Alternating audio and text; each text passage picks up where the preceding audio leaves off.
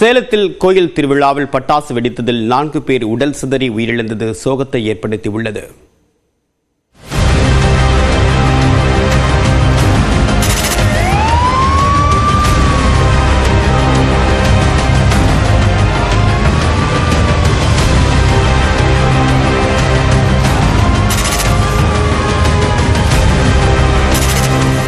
கொண்டாட்டம் நிரம்பி வடிய வேண்டிய கோவில் திருவிழா உயிரிழப்பால் ஒட்டுமொத்தமாக நிலை குலைந்த காட்சிதான் இது. சேலம் மாவட்டம் கஞ்சநாயக்கன்பட்டி திரௌபதி அம்மன் கோவில் திருவிழா விமர்சையாக நடைபெற்று வருகிறது.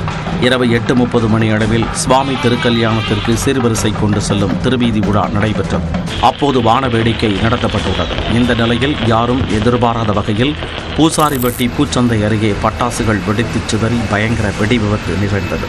இந்த சம்பவ இடத்திலேயே உடல் சிதறி பரிதாபமாக உயிரிழந்தனர். மேலும் அருகே தீப்பற்றி எரிந்த குடிசைகளை தீயணைப்புத் துறையினர் தண்ணீரை பீச்சி அடித்து அணைத்தனர்.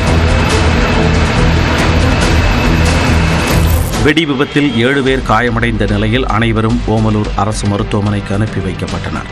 பலத்த காயமடைந்த லோகேஷ் மேல் சிகிச்சைக்காக சேலம் அரசு மருத்துவமனையில் தீவிர சிகிச்சை பிரிவில் அனுமதிக்கப்பட்டார். காவல்துறையினர் நடத்திய முதற்கட்ட விசாரணையில் கஞ்சநாயக்கன்பட்டியைச் சேர்ந்தவர்கள் 2 சக்கர வாகனத்தில் சென்று சின்ன திருப்பதியில் பட்டாசு வாங்கி வந்துள்ளனர்.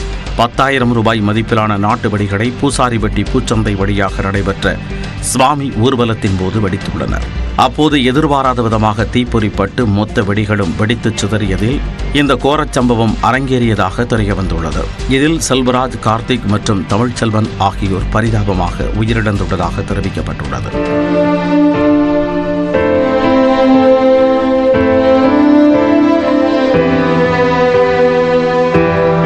இதற்கிடையே சம்பவ இடத்தில் மாவட்ட ஆட்சியர் பிருந்தாதேவி மற்றும் மாவட்ட காவல் கண்காணிப்பாளர் கௌதம் கோயல் ஆகியோர் நேரில் விசாரணை செய்தனர். வெடி விபத்து குறித்து தீவட்டிப்பட்டி காவல்துறையினர் வழக்கு பதிவு செய்து விசாரணை நடத்தி வருகின்றனர்.